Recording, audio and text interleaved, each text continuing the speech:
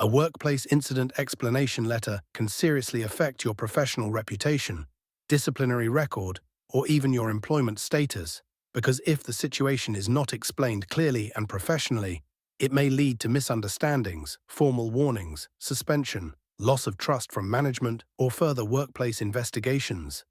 This letter is your opportunity to provide a factual explanation, demonstrate accountability, and show your employer that you are taking the situation seriously while remaining committed to workplace professionalism and company policies. So here is how to write it. Sender information. This is the first part of the letter where you identify yourself. For example, Daniel Thompson, Warehouse Supervisor, Brightline Logistics Inc., 2458 Industrial Avenue, Houston, Texas 77002. This section establishes who is submitting the explanation. For tip, always use your official job title and company information exactly as listed in company records. Date, for example, May 20th, 2026. After your information, include the date the letter is written. This is important because workplace incidents are often reviewed according to timelines and internal investigation procedures. For tip, submit your explanation as soon as possible after the incident while details are still accurate and fresh. Recipient information. This section identifies the person or department reviewing your explanation. You should include the supervisor's name or human resources department along with the company address. For example, Human Resources Department, Brightline Logistics Inc., 2458 Industrial Avenue, Houston, Texas 77002. This ensures the explanation is directed to the correct department. For tip, verify whether your company requires the letter to be submitted to HR, management, or both.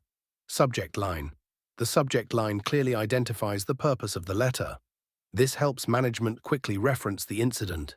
For example, subject, explanation regarding workplace incident on May 18, 2026.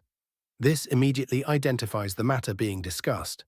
For tip, always include the incident date for clarity and record-keeping purposes.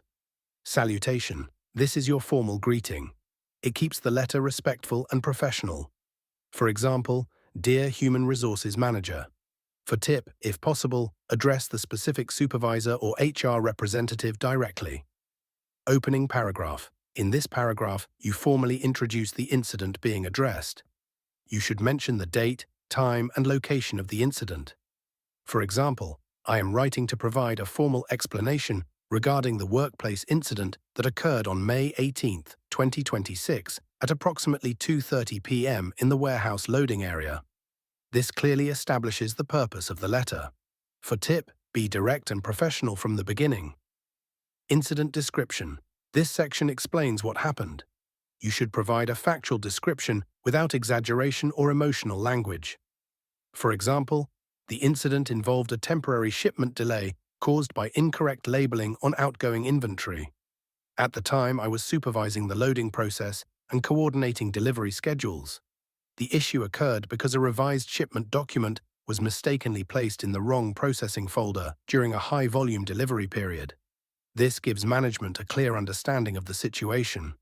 For tip, stick to facts only and avoid blaming others unnecessarily.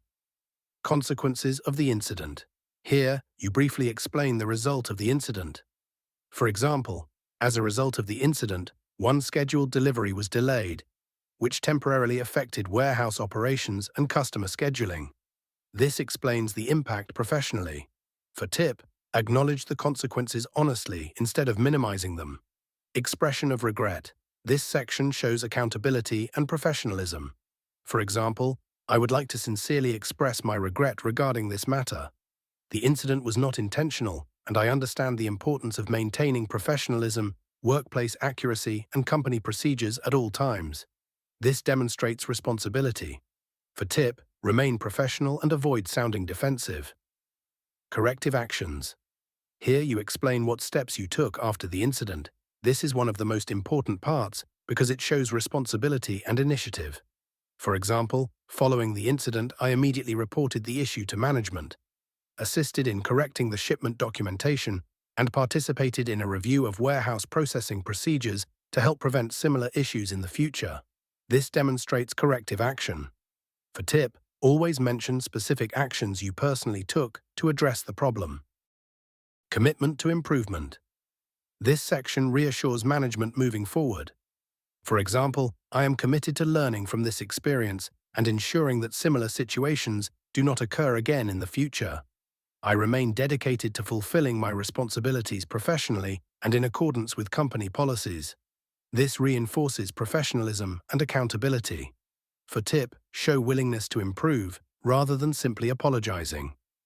Closing paragraph. This is your final statement before ending the letter. You thank the recipient and offer further clarification if needed. For example, thank you for taking the time to review my explanation. Please let me know if any additional information or clarification is required. This keeps the tone cooperative and respectful. For tip, always remain open to follow-up communication or meetings. Closure. For example, sincerely, this is your formal sign-off. For tip, always use professional closing language in workplace correspondence. Signature and employee details. Finally, include your name, employee ID if applicable, and job title. For example, Daniel Thompson. Employee ID, BL-45821. Warehouse supervisor. This confirms your identity and role within the company. For tip, double-check all employee information before submission. Before we wrap up, here are some very important overall tips you should always remember when writing a workplace incident explanation letter. Always remain calm, factual, and professional. Avoid emotional language, excuses, or blaming others unnecessarily. Clearly explain the situation, acknowledge responsibility where appropriate, and focus on corrective actions and future improvement. Most importantly, make sure your explanation is honest, because inaccurate statements can damage credibility during workplace investigations or disciplinary reviews. So that's how you write a workplace incident explanation letter step by step. As you can see, every part of this letter plays an important role in explaining the incident professionally and protecting your credibility in the workplace. Thank you so much for watching. If you found this video helpful, don't forget to like, share, and subscribe to my channel, Writing Practices, for more writing tutorials. And I'll see you guys in the next video.